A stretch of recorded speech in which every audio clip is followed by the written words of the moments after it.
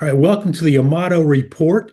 As you have seen in today's pop culture and the news and so forth, there is a lot of anti-Semitic rhetoric that's going out in the media, be it social media, be it mainstream media. And today I'm being joined by political consultant and CEO of Crystal Clear Tutors, Dave Crystal, as well as Christian Zionist and host of the TV program Focus on Israel, Laurie Cardoza-Moore. And if you recognize Laurie's name, in November, she resigned from the Heritage Foundation, of course, a well-known, well-respected conservative nonprofit think tank. She resigned over anti-Semitic reasons. They join me at this time. Laurie, good to see you. Dave, good to see you. Let's start with you, Dave. What concerns you the most about what's happening in the public sector, in the public arena today, if you will? Well, what concerns me most is rise of anti-Israel bias and anti-Semitic ignorance, along with isolationism, sorry, on the right in particular, which hasn't existed in this form in many decades, but now has risen its ugly head, and the degree to which it's been rationalized in social media, media at large.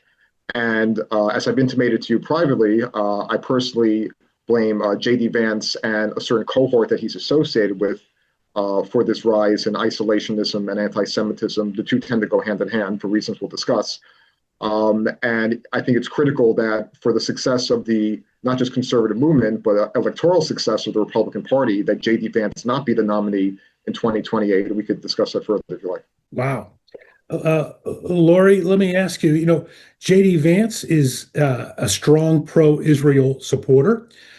He's a supporter of a strong U.S.-Israel relationship, opposes a nuclear Iran, for example. And he's hired Jewish employees. Jewish leaders have come out and supported him.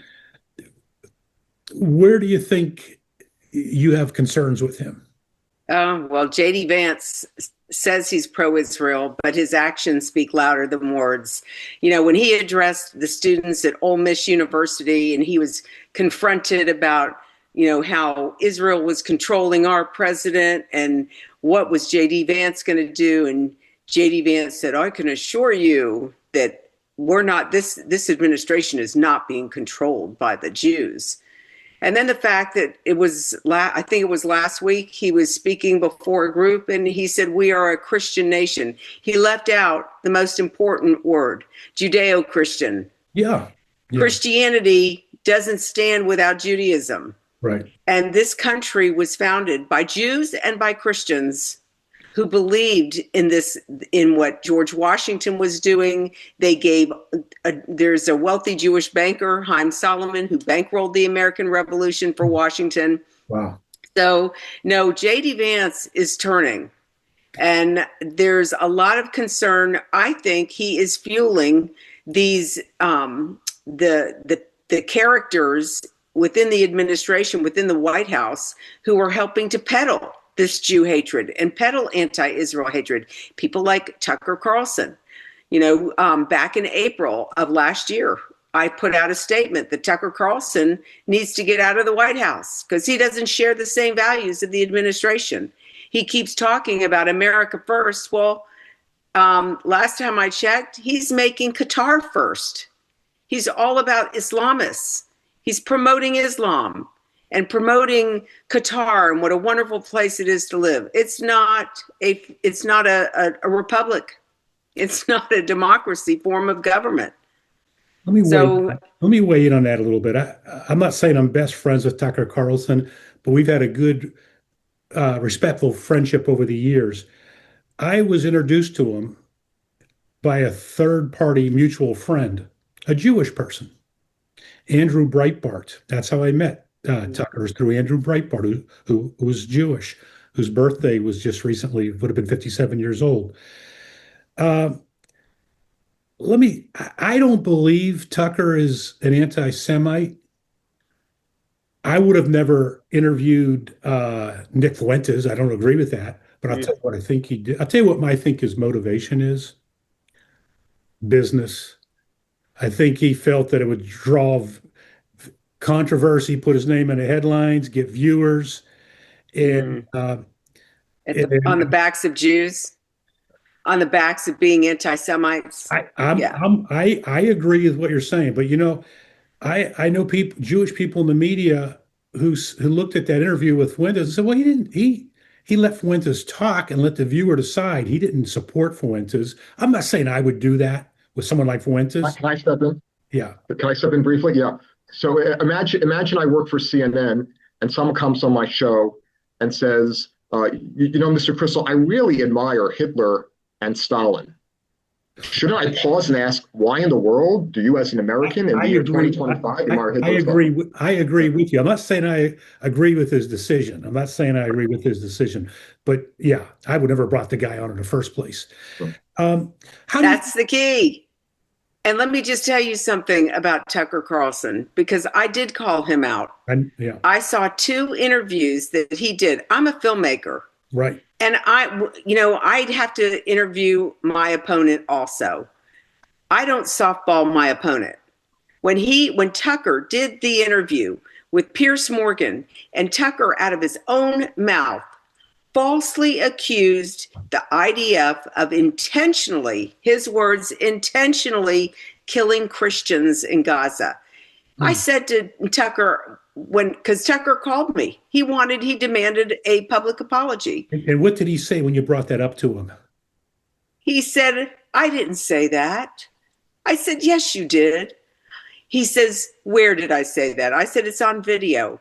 He said, send me the video. You don't have the video. I didn't say that. I said, yes, I do have the video. He said, send it to me. I said, no, have your staff send your own videos to you. I told him, the MO of Hamas. What do? They take innocent men, women, and children, put them out on the front line for collateral damage. Then he interviewed Munther Isaac, another fraud who claims to be a Christian pastor at Christ at the Checkpoint in Bethlehem. He allows this man, Munther Isaac, to say the Jews are occupying Palestinian land. I said, Tucker, you're a Christian. You've read your Bible, right? Of course, I'm assuming he has. Every Christian should at least read the Bible once. You know that land. I said to him, that land was given by covenant to Israel, to the Jewish people, not to the Palestinians. Why didn't you correct him? I don't, you're very nice. And I don't have patience for people like that anymore, because I'm a student of the Holocaust. I've been studying this issue for years. I've been studying anti-Semitism for years. We have to stop making excuses for anti-Semites, just like what happened at the Heritage Foundation. I agree with that, but making excuses for them, but go ahead. Just like what happened at the Heritage Foundation. The fact that Kevin Roberts didn't see a problem with Tucker Carlson interviewing one of the leading anti-Semites, Nick Fuentes, and wouldn't separate the organization. It's one thing to keep him as your personal friend if you want to have anti-Semites for friends, but it's totally something else when an organization like the Heritage Foundation, one of the most premier think tanks in the country, is sympathetic to an anti-Semite. I have a problem with that. And that's why I left the Heritage Foundation, because it showed me the lack of leadership. One of his staff said, and I'm gonna paraphrase this because it's almost verbatim, but she said that Kevin Roberts, not only does he not know what time it is, he can't tell the time. We are living in pre-1930s here in the United States. We are watching things happen. In Germany, Jews were no longer allowed to publish their books or writings. That same thing is starting to happen here in the West, here in the United States, where they're not wanting to use Jewish books, books that are used by Jewish authors. That's happening. Where, We where's see that? academia. Where's that happening at? It was just a recent article that I read about about the Jews being removed from the whole publishing world. And I tied it right back to Germany. These little steps, the little innuendo comments that people are making and suggesting about the Jews is where we were in 1930s, and it's happening again today. And that's why we have to speak up against it, because if you're going to be anti-Israel, if you're going to be anti-Jewish, then you're going to be anti-West, you're going to be anti-America, because we are joined at the hip. We have been our two countries have shared this special, unique relationship. And it's true. Genesis 12:3, God said, I'll bless those who bless you and curse him who curses you. And the Hebrew translation of the next verse says, and he who ignores you, Israel, I will utterly destroy. You can't even ignore Israel and the plight of the Jews, or you will be judged. We are a Judeo-Christian nation. We need to act like it. How do you feel we're at this point where there's so much anti-Semitism in the air right now? Well, October 7th is one of the things that really lit the torch. But even before October 7th, we already started seeing this. We saw it. One of the areas where PJTN is heavily involved is education, reviewing textbooks, drafting standards. We've been doing it, in states like Tennessee and Florida and Ohio and Texas and others. But when you look at the content in the textbooks, when you're teaching kids in K through 12 education about a Palestinian group who blew itself up, a terrorist who blew themselves up in a Jewish or Jerusalem restaurant because they were waging a war against Israeli government policies and army actions. This is in a high school book. In elementary school books, we have stories about the Middle East. And Abraham, who left Ur of the Chaldees, went to Palestine. Well, no, he didn't, because there was no Palestine at the time of Abraham.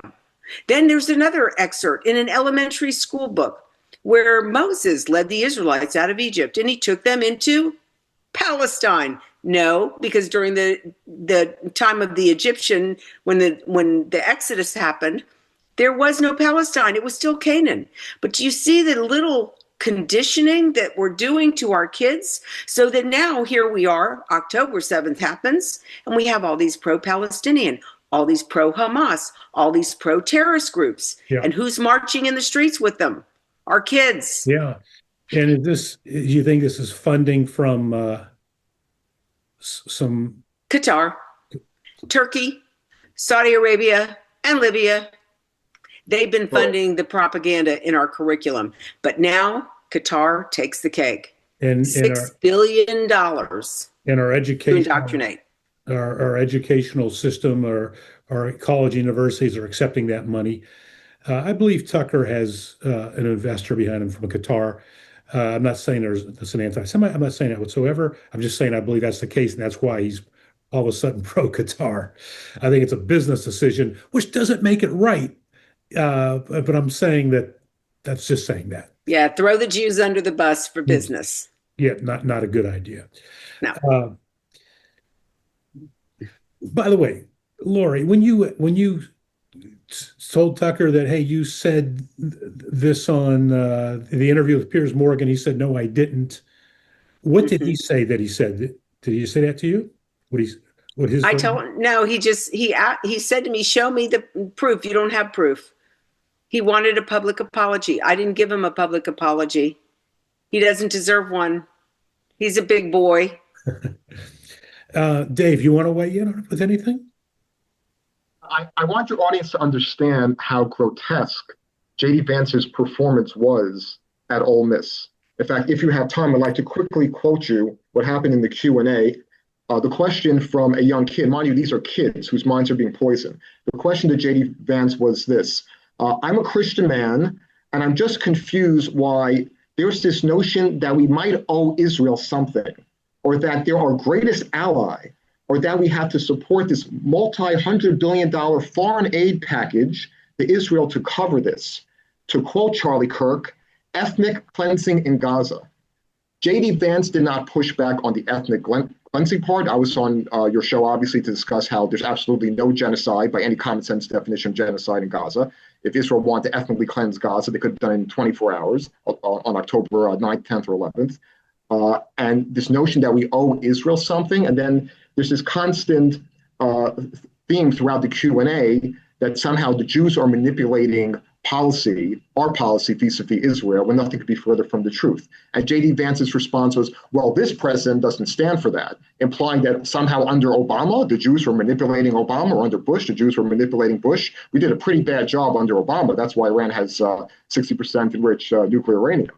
And then he goes on to say, well, we have common interests in Israel, such as securing the Church of the Holy Sepulchre, as if Israel did not secure the Church of the Holy Sepulchre every single day since she took it over from Jordan. Not a single iota of pushback as to all these anti-Israel, anti-Semitic tropes, not a single iota. So any kid in that audience who wasn't self-educated will walk away thinking that, yeah, Israel is manipulating our foreign policy. Jews are self-interested. Yeah, that's right. The one thing that really concerned me about J.D. Vance is on Holocaust Remembrance Day, he never mentioned the Jewish people The Jews. or the Nazis. Yeah. And how do you not mention either one of those Right. in that horrific remembrance in time, Yeah, the fact that he is a Catholic. I know he's a newbie. He's a recent convert to Catholicism, but he needs to be corrected because his comments are edging on the side of not reflecting or representing Catholic doctrine, especially after the Second Vatican Council, when the Catholic Church once and for all dealt with its sin, its anti-Semitism. It finally admitted that the Jews are still in covenant with Almighty God, that you can't be a good Catholic and be an anti-Semite. In fact, Bill Donahue, I interviewed him years ago. He's with the Catholic League. And he told me, you cannot be a good Christian and be an anti-Semite. And that people that are anti-Semites have brain damage. So if you are going to go out there and express your Catholic faith to the world, but not uphold the teachings, just like he serves as the vice president to Donald Trump. He's supposed to represent and reflect the values and the policies of the Trump administration. Well, he's not doing that. He's throwing in his own ideas. Well, we don't want your ideas, VP. We want Trump's, because Trump knows what's going on. In fact, Trump had to correct Tucker and Candace the other day. I understand he told them to shut up. I won't say the other word.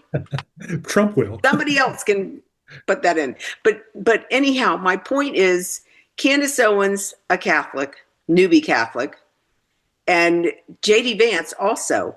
The Catholic Church needs to correct these guys because what they're doing actually violates Catholic doctrine. And because they're inciting violence or they're inciting a hatred, let me say that, they're inciting a hatred toward the Jews, just like Dave was mentioning, which is causing a conflict between the policy of the Catholic Church and Jerusalem and Israel. And that relationship between the Jews and the Catholic Church was hard fought for many years because of the anti-Semitism, because of the replacement theology mentality within Catholicism. They dealt with this. And the fact that Candace and J.D. Vance don't seem to know their Catholicism, they both need to start a class. Somebody needs to teach them. Yeah, Candace Owens kind of shocks me every week with, like, where'd that one come from? So a little trivia here.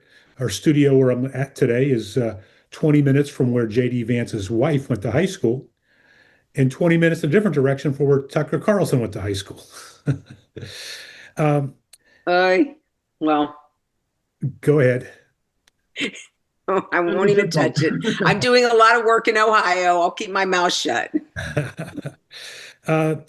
Dave, any final comments? No, I thank you for hosting this. Like I said in your previous shows, we need a massive reform of our educational system. Mm. Students need to know that quote unquote Palestine is a social construct created by the Romans. There's no Palestinian race, Palestinian language. There's no P in the Arabic language that shows you that it's a colonial enterprise. The Jews are the indigenous race. We are not the colonialists, and that all this nonsense. It's all about rewriting history to write the Jews out of their own history. And unfortunately, there are big time names, big time political players like Candace Owens and Tucker Carlson and J.D. Vance who are feeding into this false narrative. And if we don't have a concerted educational campaign in our high schools and colleges to countervail that narrative, we're going to have intergenerational confusion and ignorance, the likes of which will breed more anti-Semitism in the future. And a civil war. I think that's well put, David. And Mhm. I would like to see more pressure, more calling out Mhm. of our educational systems, college level and public school system. They seem to get a free pass to me. Yeah. Laurie, any final comments? No, just that I appreciate you taking the time to raise this issue and bring a greater awareness to your audience about this issue that we are facing, because it is facing a threat. We are divided. We're becoming even more divided as a nation because people are fueling these lies and disinformation. So I appreciate everything that you guys are doing. Dave, keep up the great work. Thank you. You're the best, Laurie. Thank you. Thank you. Laurie, Cardoza-Moore, Christian Zionist, host of the TV program Focus on Israel, and who, in a very high-profile move in November of 2025, stepped down from the conservative think tank, the Heritage Foundation. I thank you for joining us. And political consultant, CEO of Crystal Clear Tutors, David Crystal, I thank you for joining us. Thanks for having me. We'll see how this continues to play out. Back with more after this.